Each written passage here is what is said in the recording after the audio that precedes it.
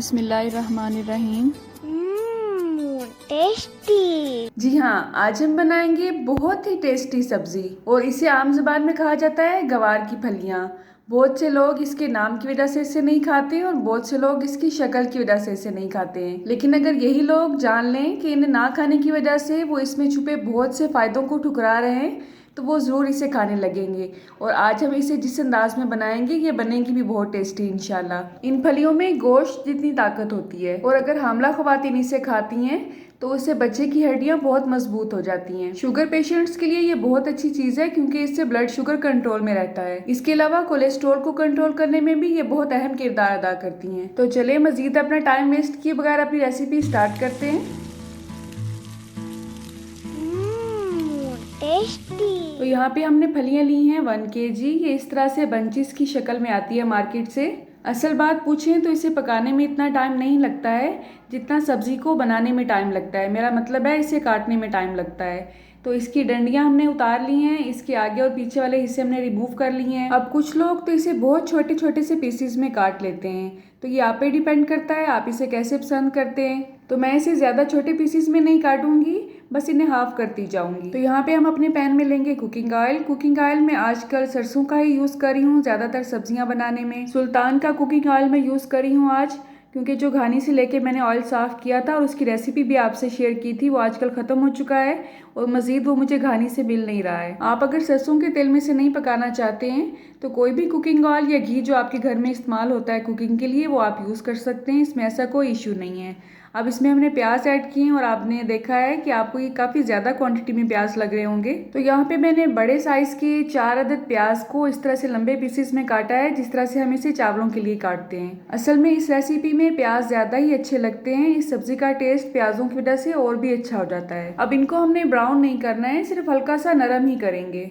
प्याज को अगर आपने जल्दी से नरम या ब्राउन करना है तो आप इसमें हल्का सा नमक ऐड कर सकते हैं। तो सारा नमक अभी मैंने इसमें ऐड नहीं किया है, 1/4 चम्मच के हिसाब से इसमें नमक ऐड किया है। तो ये छोटी छोटी सी ट्रिक्स अगर हम अपने जहन में रखते हैं तो खाना हमारा टेस्टी भी बनता है और झटपट भी बन जाता है। इस रेसिपी में लहसुन हमने बिल्कुल भी ऐड नहीं करना है, उसका टेस्ट इस सब्जी में बिल्कुल भी अच्छा नहीं लगता है। तो यहाँ पे मैंने टमाटर लिए हैं 2 अदद, इसका छिलका मैंने रिमूव कर लिया और इस तरह से इसे पीसेस में काट लिया है। जो मेरे पुराने देखने वाले हैं उन्हें तो पता ही होगा कि टमाटर के छिलके के बारे में मैं अक्सर आपको बताती रहती हूँ कि इसका छिलका हमेशा आपने रिमूव करके इसे यूज़ करना है, क्योंकि इसका छिलका हमारी किडनी के लिए बिल्कुल भी अच्छा नहीं होता है। तो खाने को हमने सिर्फ टेस्टी ही नहीं बनाना है बल्कि हेल्दी भी बनाना है। तो बाकी का जो नमक रह गया था वो इस पॉइंट पे हम इसमें ऐड करेंगे। तो टोटल नमक मैंने इसमें 1 चम्मच ऐड किया है। अगर आप ज़्यादा नमक खाना पसंद करते हैं तो इसकी क्वांटिटी को बढ़ा सकते हैं। आधा चम्मच मैंने इसमें कुटी हुई सुरख मिर्च ऐड की है। 1 चम्मच सुरख मिर्च का पाउडर ऐड करेंगे। अच्छा, इन मसालों को आप अपने टेस्ट के हिसाब से कम ज़्यादा कर सकते हैं।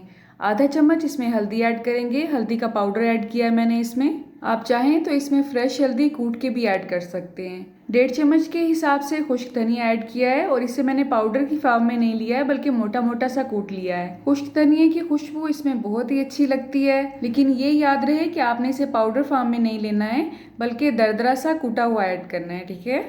अब इन तमाम मसालों को 2 से 3 मिनट तक दरमियानी आंच पे ही हम भूनेंगे। प्याज और टमाटर को मज़ीद नरम करने के लिए हम इसमें पानी ऐड करेंगे। तो यहाँ पे मैंने आधा कप पानी ऐड किया है। अब इसे अच्छी तरह से मिक्स करने के बाद हम इसे कवर कर देंगे।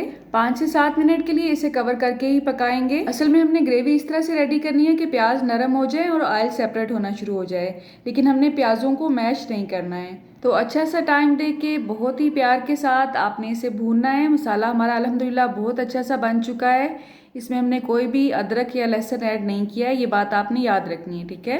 अब इस पॉइंट पे हम इसमें फलियां ऐड करेंगे। आप देख सकते हैं मैंने इसकी कटिंग इस तरह से की है।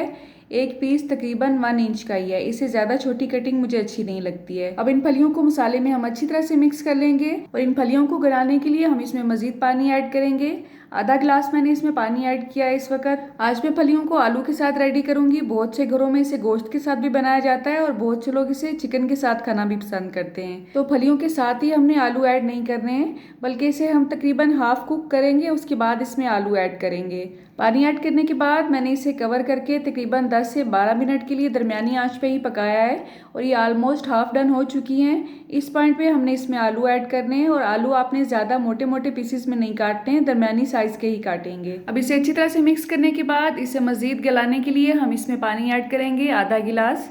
तो आपने अपनी सब्ज़ी के हिसाब से इसमें पानी ऐड करना है। अगर ज़्यादा क्वांटिटी की सब्ज़ी है तो पानी ज़ाहिर है ज़्यादा जाएगा, लेकिन अगर आप इसे प्रेशर में बना रहे हैं तो पानी की क्वांटिटी को आप कम ही रखें, ये बहुत जल्दी गल जाती है प्रेशर कुकर में। तो आलू और पानी डालने के बाद हमने इसे कवर करके 10 से 12 मिनट के लिए लो टू मीडियम आंच पे बनाया है और अल्हम्दुलिल्लाह आलू इसमें बिल्कुल गल चुके हैं और फलियाँ भी बिल्कुल गल चुकी हैं। अब चूल्हे की आंच को हम तेज़ कर देंगे और इसमें जो थोड़ा बहुत पानी रह गया है उसे ड्राई कर लेंगे। उसके बाद जूलियन कट में कटी हुई अदरक इस पे ऐड करेंगे। अदरक हमने पहले ऐड नहीं किया है, ये आपने बात ज़हन में रखनी है। अदरक डालने के बाद और इसका पानी खुश्क करने के बाद चूल्हे की आंच को थोड़ा सा स्लो कर देंगे और 3 से 4 मिनट के लिए इसे दम पे ही पकने देंगे। अल्हम्दुलिल्लाह आप देख सकते हैं इसने अपना ऑयल रिमूव कर दिया है। सब्जियां हमारी सॉफ्ट हो चुकी हैं। इसमें कोई भी सब्ज़ धनिया वगैरह हमने ऐड नहीं करना है। आप चाहें तो इसमें सब्ज़ मिर्ची ऐड कर सकते हैं मोटे मोटे पीसेस में काट के, उसका टेस्ट इसमें बहुत ही अच्छा लगता है। मैंने सिर्फ बच्चों की वजह से वो इसमें ऐड नहीं किया है। तो अल्हम्दुलिल्लाह आलू और गवार की फली का सालन हमारा रेडी है।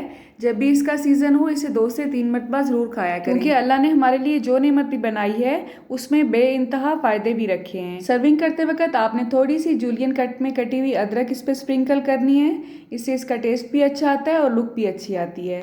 अल्लाह आप सबका दस्तरखान सजाए रखे और हम सबको सेहत और ईमान का रिज़्क अता फरमाए।